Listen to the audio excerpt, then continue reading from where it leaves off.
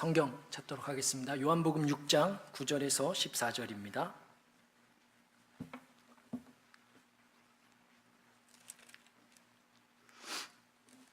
요한복음 6장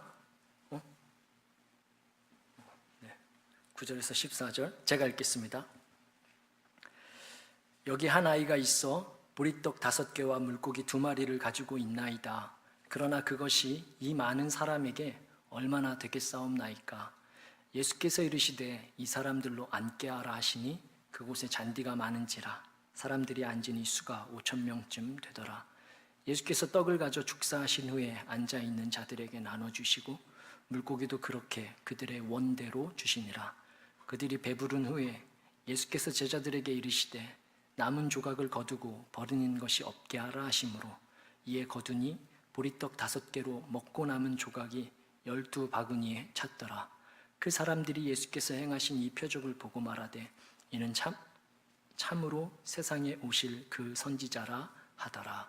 아멘. 오늘 설교 주제하고 너무 잘 맞는 아름다운 찬양이었습니다. 감사합니다. 오늘은 여러분과 아주 친숙한 주제 하나를 같이 나누고자 합니다. 성찬에 관한 것입니다. 우리 6월부터 8월까지 매일 새벽마다 사도행전을 묵상하고 있었고 묵상하게 될 터인데 새벽에 오시는 분들에게 조금 더 유익을 드리고 싶은 마음이었습니다. 성령의 충만함이 무엇일까? 그리고 사도행전에 무슨 후렴구처럼 계속해서 반복돼서 나오는 내용, 순전한 마음으로 떡을 떼었다는 것이 왜 그렇게 자주 잦게 등장하는 것일까? 사도행전에서 꼭 전해야 하는 내용인데 반드시 짚고 알고 넘어가야 그 성경을 더 잘 볼 수 있는데 새벽에 하기에는 좀 길어서 하지 못했던 것이었습니다. 아무쪼록 이 성찬의 의미가 우리 모두를 의미 있게 하는 귀한 한 시간 되기를 구합니다. 자, 오늘 읽은 이 성경 속 이야기로 들어가기 전에 우리 한번 성찬이 뭔지 한번 같이 얘기해 봅시다. 저는 목사 아들로 자랐고 신학을 공부했습니다. 그리고 그럼에도 불구하고 성찬의 의미를 정말 나중에 알게 된 것 같습니다. 다 아는 줄 알았는데 실상은 잘 모르고 있었던 것, 그 중에 하나가 제게는 성찬이었습니다. 먼저 역사 속에서, 시간 속에서 우리 성찬이 어떻게 의미가 무엇인지 한번 되짚어 봅시다. 현대를 살고 있는, 지금을 살고 있는 우리들에게 성찬은 어떤 의미입니까? 성찬은 보통 언제 하죠? 우리 1년에 몇 번 하죠? 대답을 하세요. 보통 1년에 교회마다 조금씩 다르긴 한데 적게는 2번 하고 많게는 4번 정도 합니다. 예수님께서 제정해 주신 전통이라고 믿고 그리고 그 예식에 무게감을 두고 의미를 두고 우리도 결코 가볍게 임하지 않는 하나의 예식입니다. 예수님의 살과 피를 기억하면서 그분이 우리를 살리시기 위해 치른 대가가 무엇인지, 그분의 살과 피를 다해 우리를 사랑하셨고 용서하셨다는 것을 상기하며 성찬식을 거행하고 있습니다. 맞죠? 지금 제가 드린 이 설명에 이의를 제기하실 분이 혹시 있으신가요? 저는 다른 의미로 성찬을 하고 있습니다. 뭐 그런 분 계신가요? 없으시죠? 자, 그럼 우리의 시선을 조금 거슬러 올라가서 600년 정도 전으로, 종교개혁 이전으로 유럽으로 가봅시다. 그러면 그때는 성찬식이 어떠했을까요? 어떤 면은 비슷하고 어떤 면은 조금 차이가 있습니다. 우선 횟수에서 큰 차이가 있습니다. 그들은 1년에 2번, 4번 이렇게 하는 것이 아니었고 매 주일마다 했습니다. 우리보다 횟수가 월등히 많았습니다. 주일마다 사제의 진행하에 성찬식이 거행됐는데 의미 면에서 약간은 차이가 있습니다. 그들은 실제로 떡과 포도주를 먹으면 그것이 예수님의 살과 피를 자신이 실제로 먹는 것이라고 믿었습니다. 그래서 예수님 살과 피로 내 몸이 새롭게 양분을 얻고 새롭게 된다고 믿었습니다. 그 기억의 도구를 매 주일마다 행했던 것입니다. 여러분, 이 의미가 맞나요? 틀리나요? 학자마다 약간의 의견이 있긴 하지만 큰 틀에서 본다면 이것은 절대적으로 옳고 절대적으로 맞는 의미입니다. 우리가 예배 시간은 1시간 이 정도가 딱 좋습니다 하는 이 문화 속에서 그 시간에 제약을 두다 보니까 그 제약 속에서 성찬식의 횟수를 줄이기 시작했고 그와 더불어서 그 의미가 소실되었던 것입니다. 성찬은 그분의 살과 피, 그분의 희생을 단순히 기억하자고 했던 것이 아니었고 실은 지난 1500년간 그분의 살과 피가 우리 몸속에 들어오는 것이라고 믿고 행했던 것입니다. 예수님의 생명이 우리 안에 들어온 것임을 기억하자는 것이었습니다. 그러니까 우리가 성찬을 행할 때마다 이 의미를 놓치면 안 되는 겁니다. 예수의 생명이 이 떡과 포도주로 내 안에 들어오는 것, 무슨 SF 영화 이야기를 하는 게 아니고 실제로 그 일을 믿고 하는 것입니다. 자, 그럼 시선을 조금 더 과거로 돌려서 그때보다, 그 당시보다도 1400년 정도 유럽 말고 가장 처음 성찬식이 거행됐던 아시아 지역으로, 근동아시아로 돌려봅시다. 1400년 전, 그러니까 2000년 정도 되겠죠? 그때는 성찬식의 의미가 어떠했을까요? 의미는 좀 전에 말씀드린 바와 큰 차이가 없습니다. 비록 그때는 신학적으로 정립이 되지는 않았지만 괜찮았었습니다. 모든 신학을 뛰어넘은 신앙이 실제로 현실 안에서 있었기 때문에 전혀 문제될 것이 없었습니다. 이론으로 정립할 필요가 없던 시대였었습니다. 의미는 비슷했는데 이렇게 결정적으로 다른 것이 횟수였었습니다. 그때는 1년에 성찬식 몇 번 했을까요?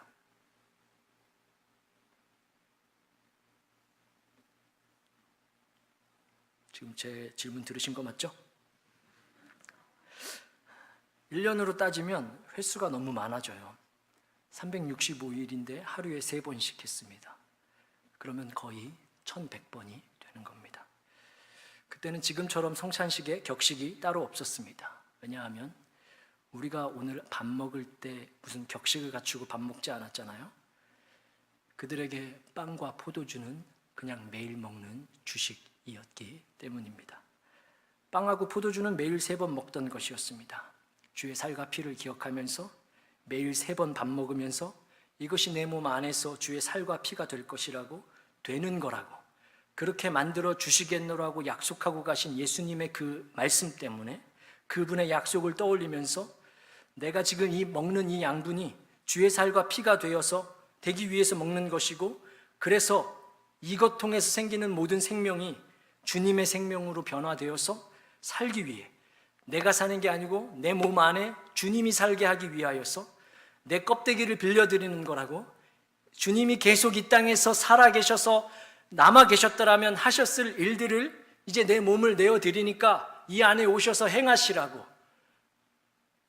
내가 예수가 되겠다고 고백하고 믿고 결의하고 다짐하는 것, 그게 성찬식이었고 그것을 하루에 3번씩 행했던 것입니다. 그러니까 예수님은 우리한테 우리가 지금 하고 있는 것처럼 특별한 예식을 제정해 주신 것이 아니었고, 사실은 매일 먹는 밥을 새롭게 믿음 안에서 먹는 방법을 가르쳐 주셨던 것입니다.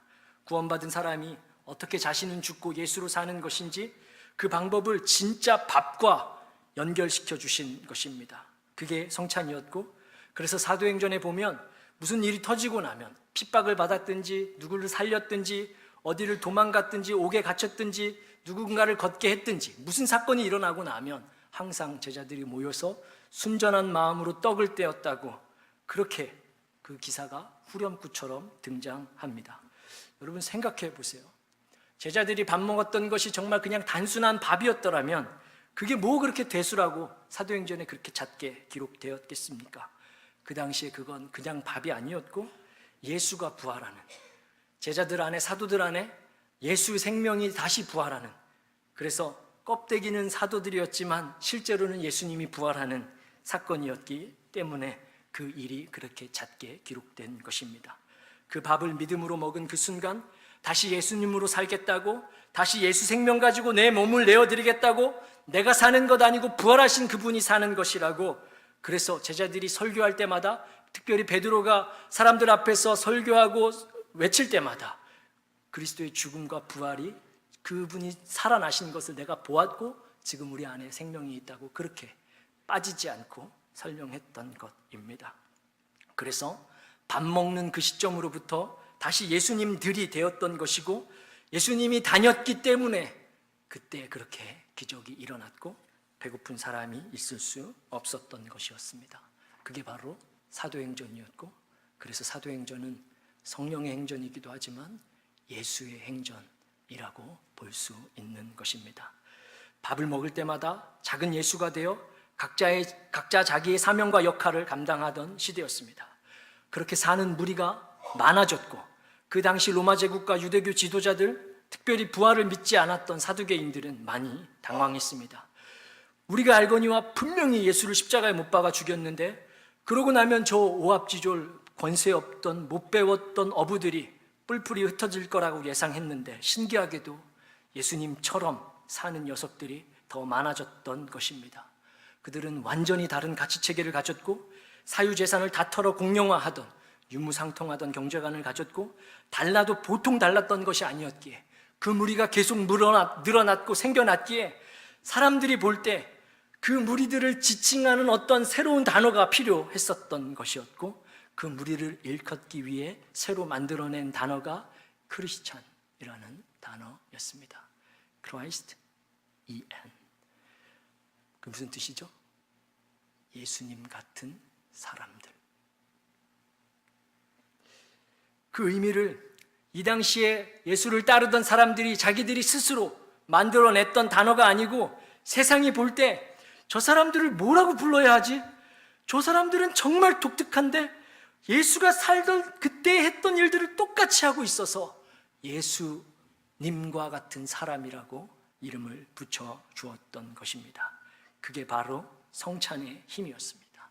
정확하게는 믿음 안에서 밥 먹는 힘이 그렇게 대달했던 것입니다. 그러니까 성찬은 사실 우리도 매일 3번 해야 하는 것입니다. 밥을 몇 번 먹느냐가 중요한 게 아니고, 우리 입으로 들어가는 모든 에너지가 주님 안에서, 주의 약속 안에서 하나님, 내가 이것 먹으면 이 생명만큼 예수 생명으로 살겠노라 다짐하는 역사가 있어야 할 줄로 믿습니다.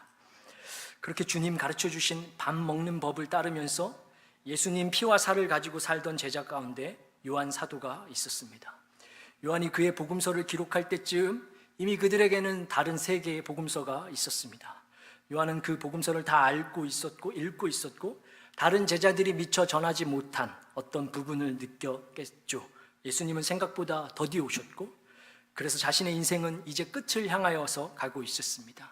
이 당시에 요한이 그의 책을 남겨주던 그때 요한은 유배당하여서 반모 섬에서 살고 있었던 시기였습니다. 그래서 요한복음을 기록하여 남겨줍니다. 그 기록을 자신들과 예수님과의 일들 가운데서 어떤 부분을 기록해서 남겨줄까 하고 고심하면서 남겨준 것이 요한복음이고 요한의 서신서들입니다. 그렇게 고민하면서 요한은 창세기 1장을 모티브로 삼아서 요한복음 1장을 똑같이 기록합니다. 요한복음 1장 1절에 태초에 말씀이 계시니라, 창세기 1장 1절에 태초에 하나님이 천지를 창조하시니라, 그 유사성을 가지고 창조 기사의 순서를 따라서 요한복음 1장을 기록해 주었습니다. 요한의 그 1장만 읽어보아도 문체를 다 이렇게 특징을 알 수 있는데, 굉장히 철학적이면서 굉장히 형이상학적인데, 근데 놀랍게도 정말 실제의 말들로 기록하여 준, 진짜 말도 안 되게 2가지를 다 갖고 있는 놀라운 사람 중에 한 명입니다. 제일 쉬운 책이 요한복음인데 제일 어려운 책이 요한복음이다, 이 말입니다. 그 글의 전개 순서 면에서 보아도, 그 1장만 보아도 요한이 얼마나 의도를 가지고 글을 쓰는 사람인지 쉽게 볼 수 있습니다. 그렇게 글을 꼼꼼하게 쓰던 사람이 요한에 따르면 예수님이 살면서 표적을, 사는 동안 기적을 7가지를 선별하여서 그걸 뽑아서 우리에게 남겨주었습니다. 수많은 기적들 가운데 요한이 생각할 때 그 7개는 너무 중요한 거야, 그걸로 뽑아서, 이 7개가 왜 중요하냐면 이분이 6월절에 어린 양이었기 때문에 중요한 거야. 그 사건은 예수님이 6월절 어린 양이었다고 가르쳐주는 사건이었구나 하고, 마치 사인이었구나, 하나님이 보내신 메시아구나 하는 것을 알 수 있는 기적들만 선별하여서 우리에게 남겨주었고, 오병이어 사건도 그와 같은 문맥 속에서 읽을 수 있게 됩니다. 그런데 요한복음을 읽다 보면 그 각각의 표적들을 읽다 보면 요한답지 않게 마치 그를 실수한 것처럼 그를 빼먹은 것처럼 하나의 부사 어구가 이렇게 등장하게 되는데 그 어구들이 전부 다 유월절을 지칭하는 단어들이고 문장들입니다. 그래서 요한을 조금이라도 이해한다면 이 문구는 지금 요한이 일부러 여기다 쓴 거구나. 원래 있어야 할 자리에 갖다 놓으면 사람들이 주목하지 못하니까 이 사건만큼은 유월절과 연관지어서 보라고 거기다 갖다 놓은 거구나 하고 해석할 수 있게 사인을 주었습니다. 오늘 우리가 읽은 오병이어 사건도 마찬가지입니다. 오병이어 사건은 작은 것을 헌신하면 큰 기적이 일어난다 하는 다소 순진한 그런 교훈을 담는 이야기가 아닐 것 같습니다.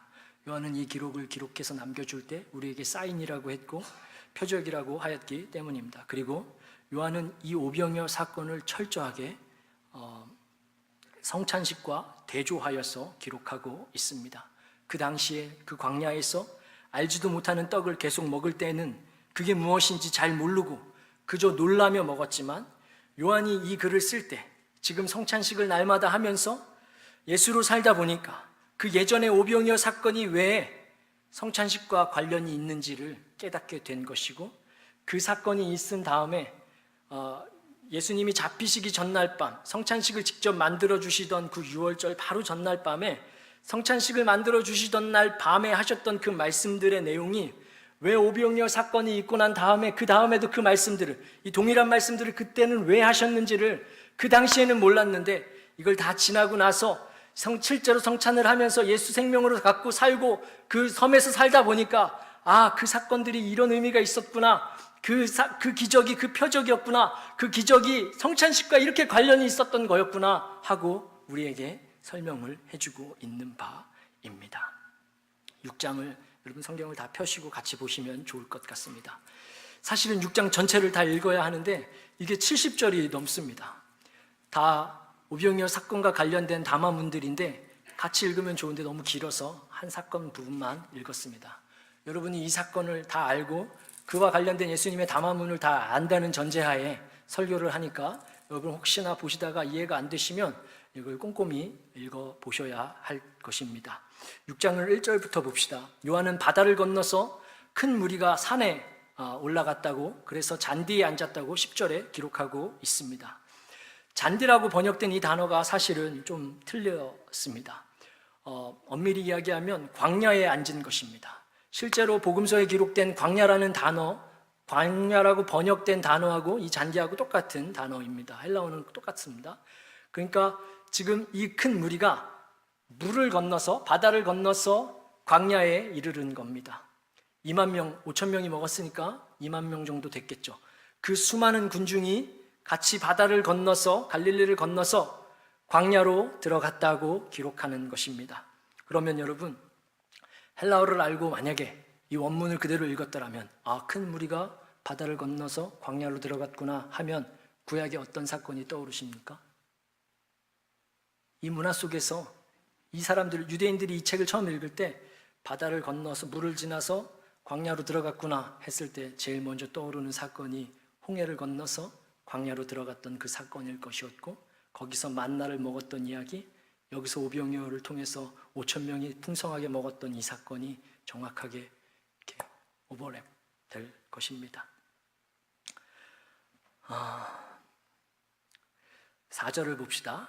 그러면 3절, 4절, 5절을 눈으로 한번 보십시다. 요한이 이 글을 쓸 때 아까도 설명드렸듯이 3절 다음에 5절을 읽으시면 아주 매끄럽습니다. 예수께서 산에 오르사 제자들과 함께 거기 앉으시니 예수께서 눈을 들어 큰 무리가 자기에게로 오는 것을 보시고 라고 기록하면 전혀 너무너무 잘 쓴 글이겠죠. 정상적인 글이겠죠. 그런데 4절에다가 유대인의 명절인 유월절이 가까운지라 마침이라고 기록해주고 있죠. 그러니까 사인을 준 겁니다. 마침, 맞아. 그때가 유대인의 명절 유월절이 가까웠었어. 유월절도 아니고 가까웠었어 하고 요한의 의도가 다분한 것이겠죠. 5절에 예수님이 물으셨습니다. 어디서 떡을 구하겠느냐? 이 질문을 하실 때 원하셨던 답은 뭐였을까요? 주님에게서 구할 수 있습니다 였을 겁니다. 그런데 모두 다 실패했고 7절부터 9절을 보면 한 사람은 돈을 거두어서 시장에 가서 사오자고 하고, 한 사람은 한 명이 도시락을 갖고 왔다고, 이것 갖고 어떻게 안 되겠냐고 도시락을 들이대는 일이 나오게 됩니다. 근데 우리가 아는 대로 그 도시락 가지고 그 많은 사람들이 정말로 다 먹었습니다. 여러분, 이 만화 같은 이 기적이 실제로 우리에게서 일어난다면, 오늘 우리가 예배가 끝났는데 떡이 안 온 거예요. 내려가면 떡을 먹어야 되는데 떡을 잘못 이야기하는 바람에 안 온 거예요. 이걸 어떻게 하냐고 난리가 났어요. 그래갖고 제가 우리 친구 목사님에게 가서, 진성아 이거 어떻게 해야 돼? 야, 떡이 안 왔어. 이거 어떻게 해야 돼? 이렇게 했는데, 다만 유튜브에서 먹다 남은 도넛 3개가 남았어. 야, 이거 박스가 하나 있는데 진성아 이거 어떻게 안 되겠냐? 진성이가 그래 알았어, 내가 축사할게. 진성이가 기도해갖고 이 떡으로 저에게 말하기를 모든 사람에게 나누어 주라고, 한 명도 빠짐없이 다 먹게 하라고. 그래서 알겠습니다 하고 한 명씩 이렇게 나눠주는데, 정말로 그 도넛가 계속해서 나오는 것을 우리가 경험했더라면, 그 만화 같은 일이 실제로 우리 안에 일어났더라면, 그럼 우리 교회가 얼마나 술렁였겠습니까?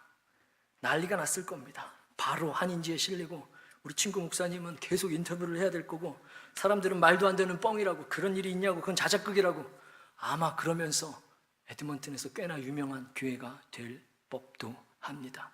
많은 사람들이 소문을 확인하러 그 목사가 도대체 어떻게 생겼느냐고 찾아오게 되겠죠. 그럼에도 요한은 이 일을 단지 13절 남짓되는 이 9절 안에 다 집어넣고 별일 아는 듯 마무리하고, 그 다음 예수님과 다른 사람과의 대화를 50절 가까이 써놓고 있습니다. 훨씬 더 자세하게, 훨씬 더 상세하게 의미를 부여해주고 있는 것이 그 다음에 예수님의 대화입니다.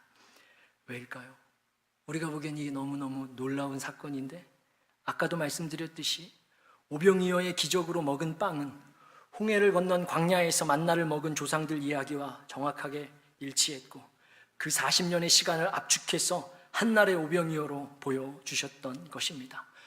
만나를 먹었던 40년을 광야에서 살았던 조상들의 결국이 어떻게 되었습니까? 다 죽었습니다. 먹고 살겠다고, 나는 살아야 된다고 먹었던 그 떡덩어리들, 만나들을 먹었던, 떡은 아니고 만나를 먹었던 그 사람들은 다 죽었고, 만나를 먹을 때 그 실체가 무엇이었는지 알았던 모세, 여호수아, 갈렙은 살았습니다. 여러분, 만나의 실체는 뭐였습니까? 여호와의 입에서 나온 말씀이었습니다. 여호와 하나님께서 말씀을 주셨고, 그 말씀을 순종하면 사는 거구나. 이건 만나뿐만이 아니라 하나님께서 우리에게 허락하셨던 말씀들을 내가 순종하면 살 수 있는 거구나, 그분의 말씀이 내 인생에서 이렇게 중요한 거구나 하고 깨달았던 사람들은 살았고, 그 말씀과 상관없이, 여호와의 입에서 나온 말씀과는 전혀 상관없이 그냥 물리적인 먹거리로 봤던 모든 사람들은 다 광야에서 엎드려져서 죽었던 것이 그들의 교훈이었습니다. 그래서 우리 주님, 이 사건 이후에 또 떡을 달라고 찾아온 사람들에게 그 떡 구하지 말고 생명의 떡을 먹으라고, 말씀의 떡을 좀 먹으라고, 내가 곧 생명의 떡이고 말씀이라고 그렇게 길게 일러주셨던 것입니다. 요한도 오병이어 사건이 있었던 그날은 그 떡이 뭐였는지 몰랐을 겁니다.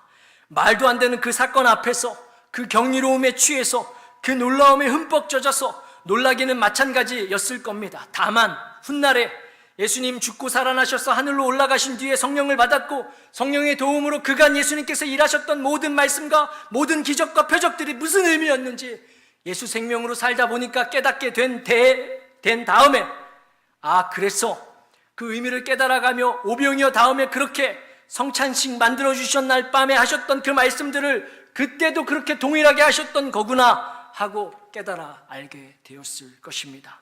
성령을 받고 매일 3번 성찬을 하면서 자신 안에 예수로 충만한 삶을 살면서 예수님이 자신 안에 거하는 것이 무엇인지 직접 누리고 살았던 요한이 그때 오병이어를 먹었던 것보다 그 생명의 떡을 주시고자 하셨던, 그때 그 떡덩어리를 먹었던 그 수많은 군중들보다 예수님께서 원하셨던 생명의 떡을 주고 싶으셨던 그 예수님의 마음이 무엇인지 그 예수님의 의도가 무엇이었는지, 너희가 떡을 어디서 구할 수 있겠느냐, 그 물으시던 주님의 의도가 무엇이었는지 알게 되었고, 그래서 우리 주님은 떡을 구하기만 하면 주시는 분이구나, 그 사람들이 그렇게 한 번에 먹을 것보다 더 많이 주실 수 있는 분임을, 그게 주님이 진짜 주고 싶으셨던 떡이었음을, 오병이어 사건보다 더 풍족하고 풍성하게, 한 번도 늦음이 없이, 한 번도 모자람이 없이, 원하기만 하면 예수 생명, 예수의 떡을 내가 주겠노라고 자신들이 밥 먹을 때마다 그 생명을 누리면서 깨달았던 것입니다. 예수님의 생명의 떡은, 내가 오늘도 밥 먹으면서 구하면 주시는 그분의 살과 피는, 그분의 생명은 모자람이 없다고, 그게 예수님께서 5,000명을 먹이실 때보다 우리에게 더 주고 싶으셨던 진짜 떡이라고 요한이 가르쳐주고 있는 것입니다. 여러분, 1년에 한두 번 말씀 사경에 통해서, 1년에 한두 번 특별한 부흥에 통하여서 그 특별한 집회에서만 새로운 생명을 주는 것이 아니고, 우리가 먹어야 할 생명은, 우리가 살아내야 할 생명은 하루에 5만 번이라도 줄 수 있다고, 너희가 원하기만 하면, 믿기만 하면 너희가 무엇을 먹든지 간에 내가 내 생명 풍성하게 풍족하게 언제든지 주겠노라고. 은혜가 부족해서, 주의 생명이 모자라서, 주님의 생명의 떡이 부족해서 우리가 누리지 못하는 것이 아니고, 그런 이상한 말 하지 말고 내 생명의 떡을 너희가 원하기만 하면 오늘도 주겠노라고 말씀하시는 것입니다. 9절에 기록된 대로 빌립이 묻습니다. 이게 얼마나 되겠습니까? 이 작은 도시락이 이게 도대체 얼마나 되겠습니까? 이게 과연 우리를 풍족하게 하겠습니까? 하고 묻습니다. 여러분, 우리가 받은 주의 생명의 떡이, 그게 그 양이 얼마나 되는 것입니까? 우리가 오늘도 원하기만 하면 주시는 생명의 떡, 예수의 떡이, 주의 은혜가, 그분의 생명이 얼마나 되는 것입니까? 그게 끝이 있는 것입니까? 우리가 받은 주의 생명이, 주의 죽으심과 부활이 정말 이것밖에 안 되어서, 우리 생활이 정말 이것밖에 안 되어서, 우리 주님께서 주셨던 희생의 가치가, 그 생명의 떡이 정말로 이것밖에 안 되어서 여러분 딱 이만큼 변하고 신앙생활하는 겁니까? 그분의 죽으심과 부활이, 그 영향력이, 그 생명력이 정말로 우리 생활에 딱 요만큼 변하게 할 만큼만 힘이 있는 겁니까?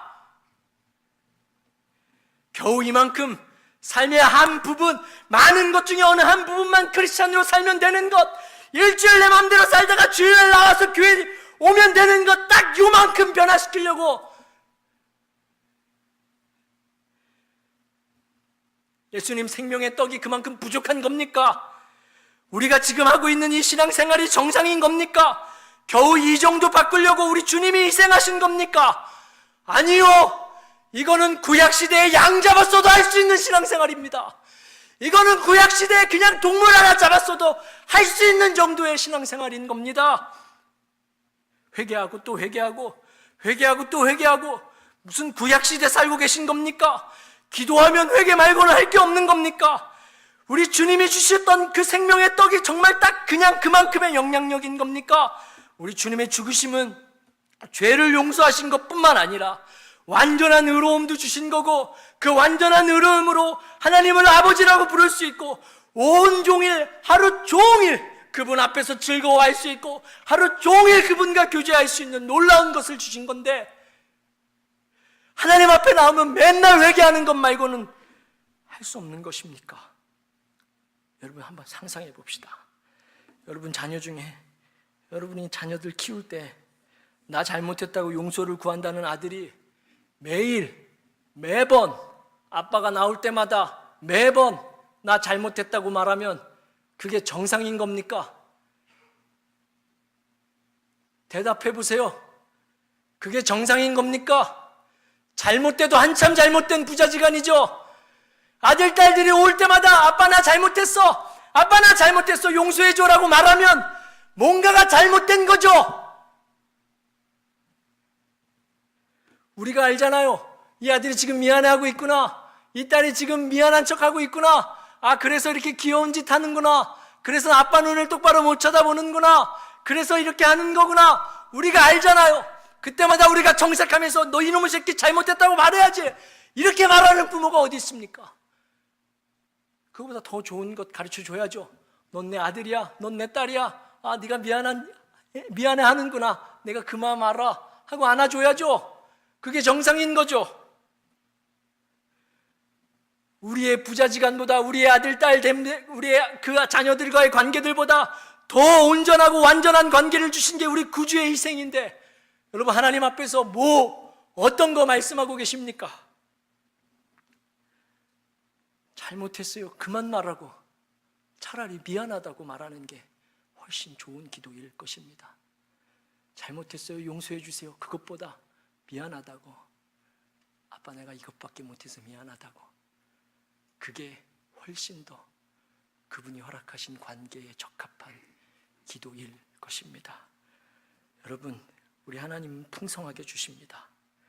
우리 모두를 온전히 예수로 살게 할 만큼 내 생명은 이제 없고, 이 밥을 내가 오늘 제대로만 먹으면, 오늘도 먹을 밥을 내가 믿음 안에서 잘 고백하고 잘 받아 먹기만 하면, 마음속으로 원하기만 하면 그 언제든 하늘로부터 떡이 내려와서, 하늘로부터 새로운 의로움과 생명이 내려와서 그 생명으로 우리가 살 수 있는 것입니다. 다시 밥 먹으면 되는 겁니다. 우리가 다시 밥 먹으면 예수 생명 내 안에, 죄와 싸우는 정도가 아니고, 죄 갖고 이랬다 저랬다 말하는 정도가 아니고, 그분의 나라를 확장시키고 그분이 원함을 알고 그분이 즐거워하는 것을 따라서 행할 수 있는 놀라운 과정에 설 수 있는 것입니다. 아멘이시죠? 근데 진짜 문제는 우리가 그걸 원치 않는다는 데 있습니다. 예수로 살고 싶지가 않기 때문입니다. 너무 부담되죠? 아, 예수로 어떻게 살아? 나는 평신도인데. 아이, 그냥 적당히 하면 되지. 예수님으로 사는 건 그건 너무 어려운 거잖아 하고 원함도 없고, 그게 우리의 진짜 문제입니다. 그건 너무 부담되지 하는 것이 우리의 현실입니다. 그런데 여러분, 부담을 가져야죠. 부담 없이 신앙생활을 어떻게 합니까? 부담이 있어야죠. 크리스마스였습니다. 잘 모르는 분에게 카드를 받았습니다. 특별히 그분에게 잘해드린 것이 없었습니다. 그런데 우리 가정에 카드를 주셨는데 감사하다고, 고맙다고. 근데 그 카드 안에 1,000불이 동봉되어 있었다고 합시다.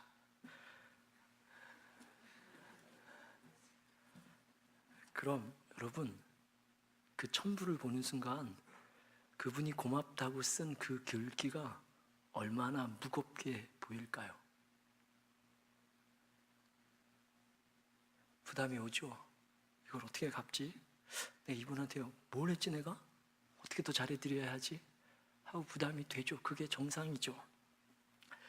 내가 아직 죄인 되었을 때 하나님 자체를 무시하고 부인하고 죽여서 신은 없다고 내가 하나님이라고 말하고 살던 그때에 카드가 하나 왔는데, 그 카드를 열었는데 한 사람의 살과 피가 고스란히 담겨져 있다고 해봅시다. 그러면 당연히 부담이 돼야죠. 부담 없이 어떻게 크리스찬이 됩니까? 우리가 무슨 종교 생활하는 겁니까? 교양 중에 가장 고상해 보이는 것 같은 종교 문화 생활하는 겁니까? 아니죠. 그럴 수 없습니다. 우리는 예수님 생활하는 것입니다. 근데 여러분, 예수님처럼 산다는 이 말이 부담 같지만 사실은 그 부담을 뛰어넘은 진짜 복이 거기 있습니다. 예수로 산다고 우리 자신을 잃어버리는 것, 그런 거 아닙니다. 그분의 몸 되어 그분이 하셨을 일들, 그분이 하셨을 법한 일들을 내가 해드린다고 나를 부인하고 나를 무시하는 것, 그런 거 아닙니다. 하나님께서 우리에게 허락하신 예수로 사는 것, 그 안에 놀라운 신비가 있는데 그건 가장 나를 나답게 하는 것입니다. 제가 예를 하나 들어보죠. 베드로가 성령이 충만했습니다. 그래서 사도행전을 보시면 베드로의 설교가 계속해서 나옵니다. 큰 소리로 사람들 앞에서 두려움 없이 설교하고 사람들 앞에서 예수 살아나셨다고 외치고 증언하는 일들이 어마어마하게 많이 나옵니다. 성령으로 충만해서 그렇게 했습니다. 그럼 요한은 뭐 했나요? 요한 사도는 그때 옆에 있었습니다. 요한 사도는 뭐 했나요? 성령이 충만했는데 그때는 아무것도 안 했습니다. 그냥 베드로 옆에 있었습니다. 요한이 성령으로 충만해서 한 것은 우리에게 요한복음을 남겨준 것입니다. 성령이 충만하다고 다 크게 기도하는 거 아닙니다. 성령이 충만하다고 다 한 모양으로 나타나는 거 아닙니다. 베드로는 베드로답게, 요한은 요한답게 하나님의 충만함을 가지고 그들의 기질을 가지고 그들의 역할을 감당한 것입니다. 사랑하는 여러분, 성령이 충만하면 자기의 자기됨이, 나의 나됨이 온전히 드러나는 것입니다. 아멘이시죠? 제가 우리 아들, 딸들에게, 선희민이, 유리에게 7살, 5살, 2살 반인데 마루 청소를 시킵니다. 야, 이놈들아, 청소해. 니들이 다 꺼낸 거잖아 하고 청소를 시켰습니다. 청소를 시킬 때 선희는 성격상 꼼꼼하고 정리정돈을 저보다 더 잘하기 때문에 어려운 부분을 가만히 앉아서 분류해야 하는 부분을 시킵니다. 둘째 녀석은 그거 안 맞습니다. 얘는 뛰어다녀야 됩니다. 온 동네, 온 방에 흩어진 레고 블록들 갖고 오라고 시킵니다. 그러면 손으로 비행기 표시하면서 후 하면서 뛰어다니면서 순식간에 주워옵니다. 유리는, 셋째 딸은 아직 아무것도 안 합니다. 그냥 앉아 있습니다. 저는 아직 얘를 잘 몰라요. 그러면 저는 얘들을 알죠. 그러니까 첫째에게는 그 분류하는 것을 시키고 둘째에게는 주워오는 것을 시킵니다.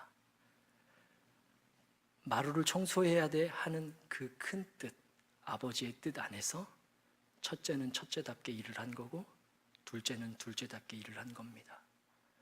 사랑하는 여러분, 그럼 얘들이 자기가 자기답게 청소하는 게 뭔지를 알고 있을까요? 몰라요. 그건 누가 알죠? 아빠가 알아요. 우리가 주의 일을 한다는 것, 우리가 성령으로 충만하여 예수로 산다는 것, 그건 놀랍게도 가장 나를 나답게 하는 비밀이 거기에 담겨져 있는 것입니다.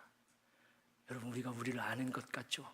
아니요. 어린 반푼어치도 없습니다. 주의 말씀 순종할 때, 주의 말씀을 따라서 행하려고 큰 뜻을 정할 때에 가장 내가 나답게 되는 놀라운 역사가 일어납니다. 여러분, 이건 모르고 성령의 충만함을 구하지 마십시오. 성령이 충만하다고 우리 인격이 무시되는 거 아닙니다. 성령이 충만하다고 다 같은 모양으로 드러나는 것 절대 아닙니다. 하나님은 한 번도 우리의 인격을 압살하여서, 우리의 인격을 묵살하여서 그분의 뜻을 드러낸 적이 성경 어디에도 없습니다. 왜냐하면 우리 각 사람의 기질과 성향은 그분이 지으셨기 때문입니다. 그래서 그분이 존중해 주십니다. 나를 가장 나답게 하는 것이 그분을 가장 하나님 되게 만드는 유일한 방법이고, 내가 가장 나다워질 때가 그분이 영화로워지는 유일한 순간인 줄로 믿습니다. 하나님께 영광을 돌리겠노라고 하면서 자기에게 없는 어떤 것을 가져오려고 하는 그 모든 시도가 하나님께서 나를 창조하신 것이 부족하다고 말하는 것과 똑같은 겁니다. 여러분, 그런 우를 범하지 마십시오.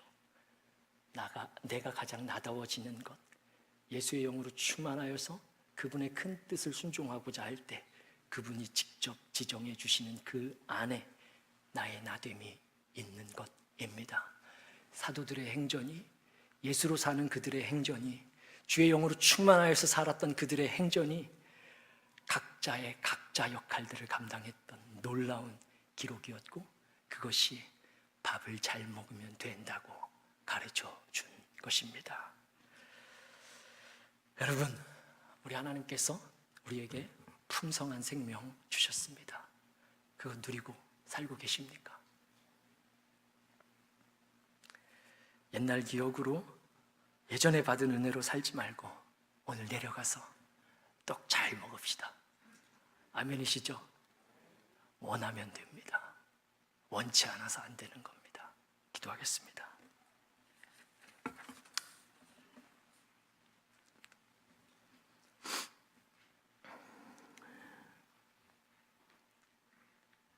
내가 곧 생명의 밥이니라.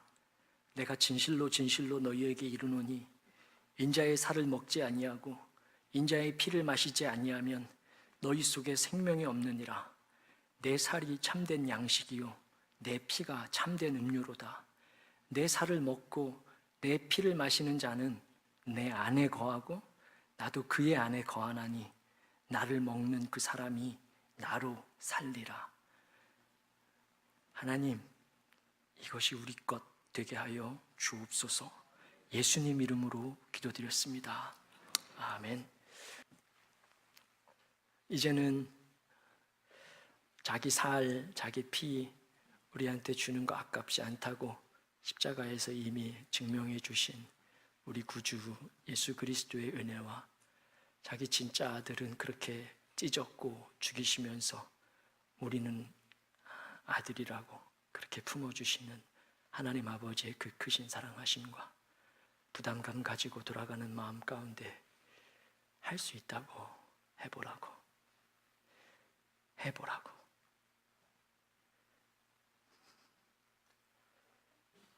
해야 된다고 그렇게 격려하시고 속삭이시는 성령 하나님의 역사하심이 우리 위에 지금 있을지어다.